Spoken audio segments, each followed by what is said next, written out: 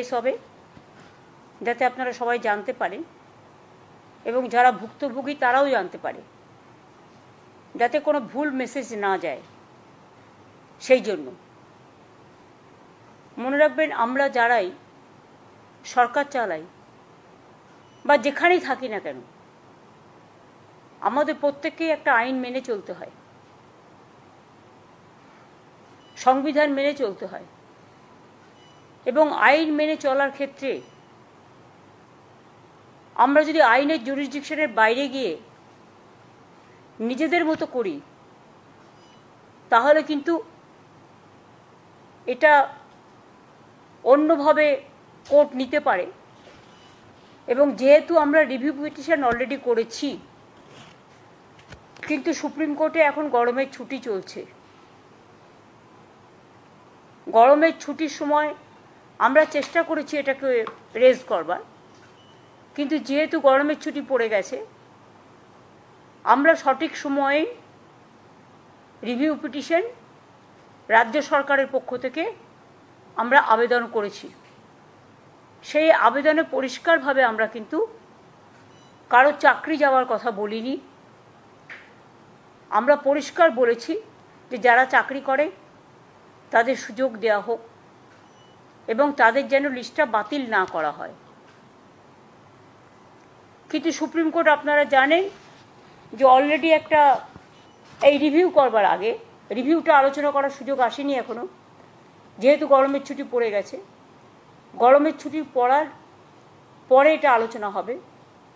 কিন্তু আমরা যদি ততদিন অপেক্ষা করি, তাহলে আগের যে অর্ডারটা দিয়ে গেছেন প্রধান বিচারপতি, সেই অর্ডারটা কোনো কারণে যদি আমরা ক্যারি না করি, মানে বহন না করি,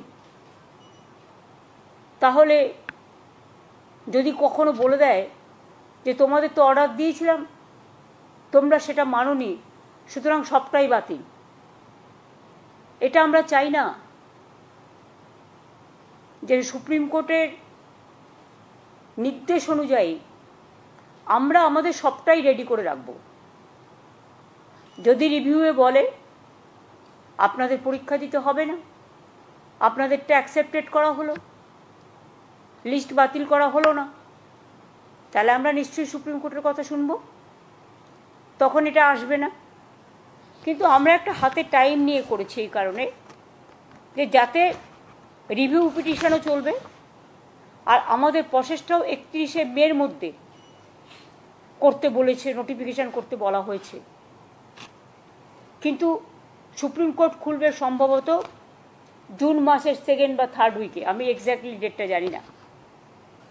কিন্তু আমাদের টাইমটা বেঁধে দেওয়া হয়েছে, যেটা আগের জাজমেন্ট রিভিউ করবার আগে, সেটা কিন্তু 30th, এটা হচ্ছে 31st মে 2025 ইজ টু বি ফাইল্ড। ওনারা পরিষ্কার বলেছেন, since the panel has been cancelled and the affidavit of compliance of issue of advertisement by 31st May 2025 is to be filed, we may do the following timeline for that. আমি প্রথমেই teacher যারা আছেন তাদের কথাটা আগে বলবো। দুটো part আছে, একটা গ্রুপ সি গ্রুপ ডি আর একটা হচ্ছে টিচারদের পার্ট। আমি পরিষ্কার বলবো যে দেখুন, এটা আমরা করতে বাধ্য হচ্ছি, আমাদের করার যে ইচ্ছে ছিল মন থেকে তা নয়। আমরা চাই চাকরি হারারা সকলে চাকরি ফিরে পাক, যেটা প্রথম দিন থেকে আমরা বলেছি আপনাদের সাথে আছি। এবার অনেকে ইন্ডিভিজুয়াল চলে গেছেন, তারাও গিয়ে কখনো কখনো কোর্ট থেকে অনেক নেগেটিভ রিপোর্ট চলে আসছে, কিন্তু আমরা সেটা করব না। সেটা করতেই পারে, এটা তাদের অধিকার, যে কোনো কেউ যেতে পারে। কিন্তু আমরা রাজ্য সরকারের পক্ষ থেকে যখন করি, তখন পুরো রাজ্যটাকে নিয়ে করতে হয় এবং সবার স্বার্থটা আমাদের দেখতে হয়। তাই পরিষ্কার করে বলছি, ম্যাটারটা খুব সেন্সিটিভ। প্রেস মিডিয়াকে আমি অনুরোধ করব যে আপনারা দয়া করে কোনো কথা আমার কোনো লাইন আমাদের ডিস্টর্ট করবেন না এবং নেগেটিভ এবং ন্যারেটিভ দেবেন না, কারণ আমরাও কিন্তু সবটা রেকর্ড করে রাখছি, কারণ সুপ্রিম কোর্টে এটা আমাদের পেশ করতে হতে পারে। সুপ্রিম কোর্টের যেহেতু অর্ডার আছে 31 মের মধ্যে করতে হবে, আমরা এতদিন ধরে অপেক্ষাই করছিলাম। অর্ডার তো বেরিয়েছে অনেক দিন আগে, প্রায় অ্যাবাউট 2 মান্থস হবে। 3rd এপ্রিল 17th এপ্রিল, তাহলে প্রায় অনেক দিন হয়ে গেছে, কিন্তু আমরা কোনো অ্যাকশান নিচ্ছিলাম না। আমরা ওয়েট করছিলাম যে এর মধ্যে হয়তো রিভিউ যেটা আমরা করেছি রাজ্য সরকারের থেকে সেটা হয়তো আলোচিত হবে এবং তার পরিপ্রেক্ষিতে যে আদেশ কোর্ট দেবেন তাতে হয়তো চাকরি প্রার্থীদের পক্ষেও হতে পারে। ফলে আমরা অপেক্ষা করছিলাম, কারণ আমরা বলেছি যে চাকরি প্রার্থীদের চাকরি আমরা খেতে চাই না। কিন্তু যেহেতু এখনো রিভিউটা হয়নি, কারণ রিভিউ পিটিশন পেন্ডিং আছে এবং কোর্টে গরমের ছুটি পড়ে গেছে, অথচ আমাদের হাত বেঁধে দেওয়া হয়েছে 31শে মের মধ্যে করতে হবে, নোটিফিকেশন করতে হবে। তাই বাধ্য হয়ে আমি জানাচ্ছি দুটো প্রসেসই আমাদের চালু থাকবে। একটা হচ্ছে সুপ্রিম কোর্টের অর্ডার অনুযায়ী আমরা 31শে মের মধ্যেই সুপ্রিম কোর্ট যে অর্ডারটা দিয়েছে সেটা নোটিফিকেশন করব। আর দ্বিতীয়ত, যদি রিভিউ যেটা আমরা করেছি রিভিউতে যদি আমরা ভালো রেজাল্ট পাই তাহলে আমরা সেইটাকে গ্রহণ করব। দুটো অপশানই আমরা ওপেন রেখেছি, কিন্তু পরে যাতে বলতে না পারে সুপ্রিম কোর্ট যে 31শে মের মধ্যে তোমাদের নোটিফিকেশন করতে বলা হয়েছিল, তোমরা কেন করোনি, সেই জন্যই আইন মেনে আমাদের এই কাজটা করতে হচ্ছে। কিন্তু অপশান আমাদের ওপেন থাকছে ফর রিভিউ। আমরা যেহেতু 31শে মের কথা বলা হয়েছে, তাই আইনজ্ঞদের সাথে কথা বলে সবার সাথে আলোচনা করে issue of advertisement and file affidavit, যেহেতু 31শে মে লাস্ট ডেট করেছে আমাদের, 30শে মে কিন্তু এটা আমাদের করতে হবে। অ্যাডভার্টাইজমেন্টটা আমাদের করতে হবে 30শে মে, কারণ যেহেতু 31শে মে মধ্যে করতে বলেছে। তাহলে আমরা অ্যাডভার্টাইজমেন্ট করব। আমি কিন্তু আবার বলছি অপশান কিন্তু ওপেন আছে রিভিউয়ের জন্য। রিভিউয়ে যেটা বলবে আমরা সেটাই মানব। এখন যেহেতু হাতে কোনো উপায় নেই বলে আমরা এটা করছি, যেহেতু সময় টাইম ইজ রানিং আউট। তাহলে issue of advertisement and file affidavit 30শে মের মধ্যে আমাদের করতে হচ্ছে যতক্ষণ রিভিউ না হচ্ছে। কমেন্সমেন্ট অফ অনলাইন অ্যাপ্লিকেশন, এটা টাইম দেওয়া হয়েছে 16ই জুন পর্যন্ত। মানে যারা অনলাইনে অ্যাপ্লিকেশন করতে পারবেন 16ই জুন পর্যন্ত। Last date of online application 14ই জুলাই করা হয়েছে, হাতে সময় রাখা হয়েছে যাতে রিভিউ হতে যদি টাইমটা বেশি লাগে, সেই জন্য আমরা ইচ্ছা করেই 2 মাস হাতে টাইম রেখেছি। পাবলিকেশন অফ প্যানেল আমরা 15ই নভেম্বর করেছি, কারণ আমাদের ডিসেম্বরের মধ্যে করতে বলেছে। আর কাউন্সেলিং যেটা কমেন্সমেন্ট হবে সেটা 20শে নভেম্বর। আমরা চাইছি নভেম্বরের মধ্যেই, যদি রিভিউতে কিছু বিচার না হয় তাহলে আমরা নভেম্বরের মধ্যেই কাউন্সেলিং করে টোটালটা করে দেব। এখানে যা হয় সিস্টেম অনুযায়ী, যেহেতু কোর্ট বলে দিয়েছে, আমরা কিন্তু বলছি না, এটা কোর্টের order. Written test, scrutiny, challenge, result publication, interview etcetera shall be completed in the meantime. সব প্রসেসই আমরা করে নেব যদি রিভিউতে কিছু আমরা বিচার না পাই।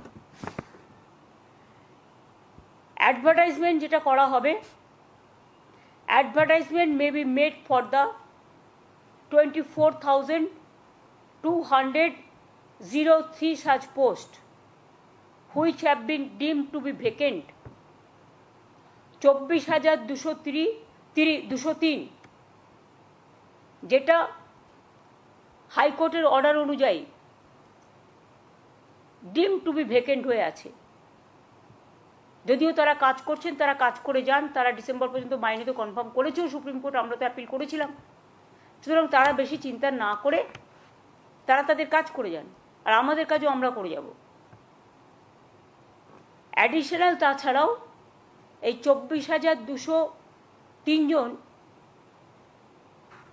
টিচার যেটা ভ্যাকেন্ট আছে সেটা সব মিলিয়ে, তাছাড়াও আরও অ্যাডিশনাল আমরা কিছু ভ্যাকেন্সিস ক্রিয়েট করেছি, কারণ আমাদের অনেক খালি পোস্ট আছে, আমি আপনাদের আগেই বলেছি। 11,517 ভ্যাকেন্সিস ফর 9 and 10, এটা অ্যাডিশনাল, এবং 6,912 ফর 11 and 12 টিচারদের জন্য এক্সট্রা পোস্টও করা হচ্ছে। আর 571 জনের জন্য গ্রুপ সি এবং 1000 গ্রুপ ডির জন্যও করা হচ্ছে। তাহলে total vacancies propose to B filled up 44,203। মোট ভ্যাকেন্সিস 44,203। ক্লাস 9-10 চাকরিহারাদের নিয়ে 23,212, ক্লাস 11-12 চাকরিহারাদের নিয়ে 12,514, গ্রুপ সি 2,989, গ্রুপ ডি 5,488। এটা রাখা হয়েছে। যারা চাকরি করে এসছেন অথচ বয়স পেরিয়ে গেছে, এরকম তো অনেক কেস আছে।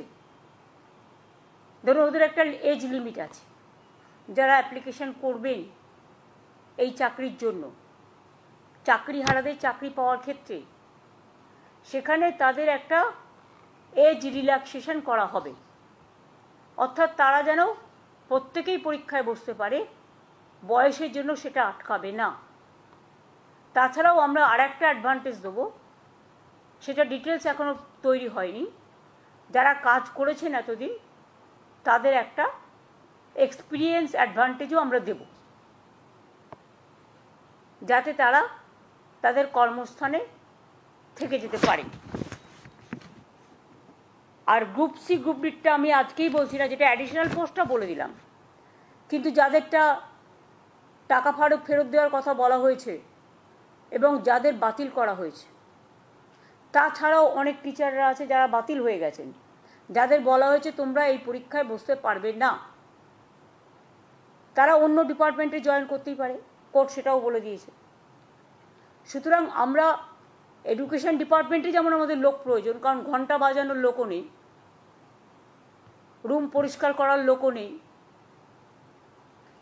তালা বন্ধ করার লোকও নেই এই ঘটনার ফলে। সেই রকম যেমন আমরা অ্যাডিশনাল গ্রুপ সিডি নিচ্ছি, সাথে সাথে যারা এডুকেশন ডিপার্টমেন্টে কাজ করছেন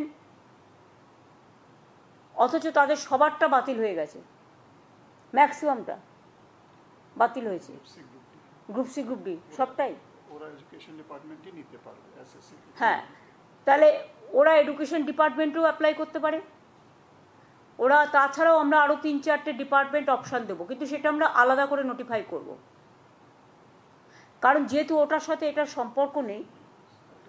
আর আমরা যেহেতু চাই না কারো চাকরি চলে যাক, কেউ ব্যাংক লোন নিয়েছে, কেউ গাড়ির লোন নিয়েছে, কেউ বাড়ির লোন নিয়েছে, কারো বৃদ্ধ বাবা মা আছে, কারো ছেলেমেয়েরা আছে, তাই মানবিকতার স্বার্থে তারা নিশ্চয়ই অ্যাপ্লাই করতে পারে, এডুকেশন ডিপার্টমেন্টেও করতে পারে, এবং তাছাড়া আরও 3-4টে ডিপার্টমেন্ট আমরা দিয়ে দেবো, যাতে যেটা তারা প্রয়োজন মনে করবে সেই নোটিফিকেশানটা আমরা 3-4 দিন পরে করে দেবো। গ্রুপ সি গ্রুপ ডির ক্ষেত্রে আগে টিচারদের নোটিফিকেশানটা হবে 30শে মে, যেহেতু 31শে মে লাস্ট ডেট। আর গ্রুপ সি গ্রুপ ডি যেটা বাতিল করে দিয়েছে যে লিস্ট, তাদের জন্য আমরা অন্য ব্যবস্থা করব, অল্টারনেটিভ দেখব, রিভিউয়ে যদি কিছু হয় বেটার, না হলে আরও যত ডিপার্টমেন্ট আছে সুপ্রিম কোর্ট বলেছে যে আপনারা পোস্ট ক্রিয়েট করে তাদের নিতে পারেন। সুতরাং আমরা 3-4টে ডিপার্টমেন্টকে বেছে নেব, সেটা কথাবার্তা চলছে, আইনজীবীদের পরামর্শও নেওয়া হচ্ছে, এবং সেটা আমরা 31শে মে টিচারদেরটা করার পরে অ্যাফিডেভিট আমরা 3-4 দিন পরে গ্রুপ সি ডিটটা আলাদা করে করব, মানে যাদের চাকরি চলে গেছে। আর বাদবাকিটা আমার মনে হয় রিভিউয়ের জন্য আমাদের অপেক্ষা করা উচিত। এখনই কথা বলা উচিত না আমরা পরীক্ষা দেব না, দিচ্ছি না, দিতে পারবো না, তাহলে তো চাকরিটাই থাকবে না। এটা তো আমাদের অর্ডার নয়, এটা সরকারের অর্ডার নয়, এটা আমাদের কিছু উদ্দেশ্য প্রণোদিতভাবে কিছু স্বার্থপর মানুষ গভর্নমেন্ট কোর্টে গিয়ে এটা ক্যান্সেল করেনি লিস্ট, তারা লিস্টটা বাতিল করেছেন তাদের নিজেদের স্বার্থে। আজকে তারা আবার বন্ধু হয়ে ঢোকবার চেষ্টা করছে। আমি শিক্ষার্থীদের বলবো, শিক্ষক শিক্ষিকা গ্রুপ সিডি যারা আছেন আমার কাছে সবাই সমান। সুপ্রিম কোর্টের আদেশ অনুযায়ী আপনারা প্লিজ অপশান 2টাকেও কাজে লাগান, অপশান 1টাকেও কাজে লাগান। অপশান 1 যদি হাত থেকে বেরিয়ে যায়, তারপরে যদি অপশান 2 রিভিউ করেও আমরা যদি বিচার না পাই, তাহলে কিন্তু আপনাদের আর সুযোগ থাকবে না চাকরিটা ফিরে পাওয়ার। আমরা চাই আপনারা চাকরি ফিরে পান। অপশান 1টাও হাতে রাখুন, যথাসময়ে অ্যাপ্লিকেশনটা ফেলে রাখুন, পরীক্ষায় ডাকলে যাবেন। আর আমি আশা করি তার মধ্যে গরমের ছুটি, আমি জানি না কবে খুলবে কোর্ট, দোসরা হাইকোর্ট সুপ্রিম কোর্টে কবে খুলবে আমি জানি না ঠিক।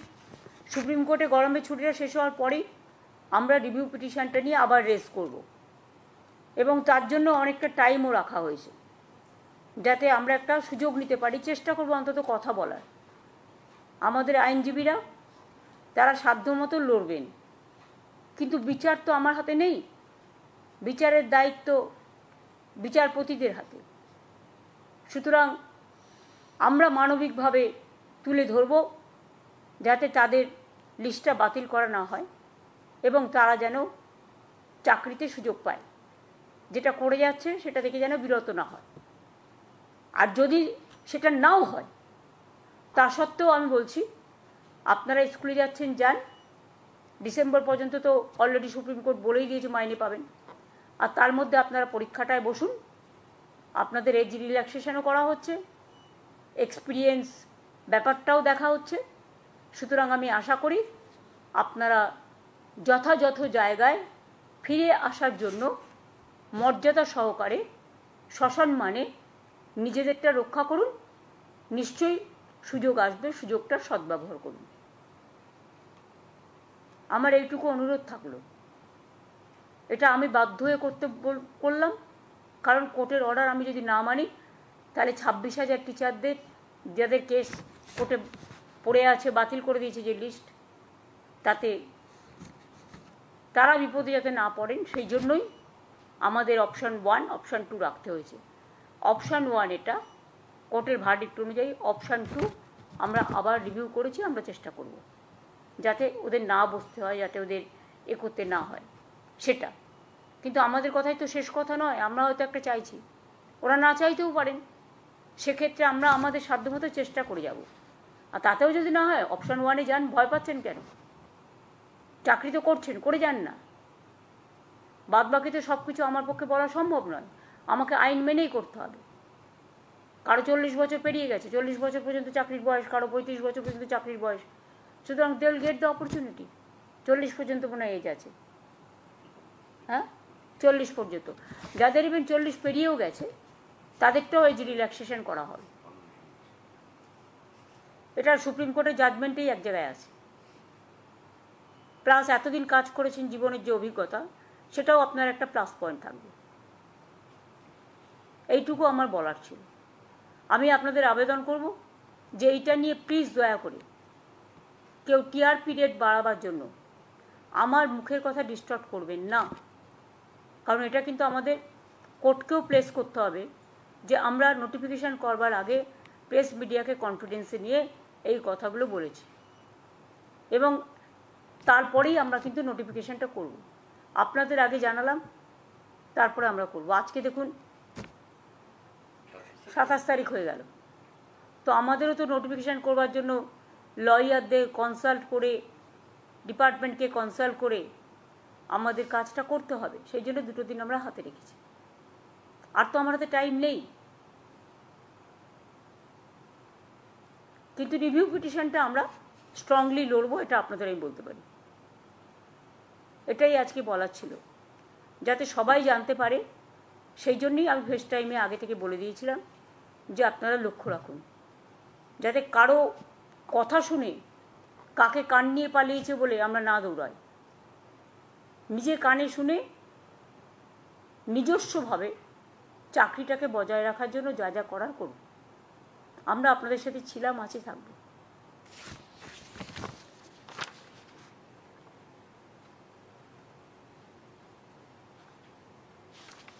যাদের যোগ্যতা আছে তারা প্রত্যেকে অ্যাপ্লাই করতে পারবে। আমাদের ইন্টেনশন হচ্ছে তাই, যাদের রিকুইজিট কোয়ালিফিকেশন আছে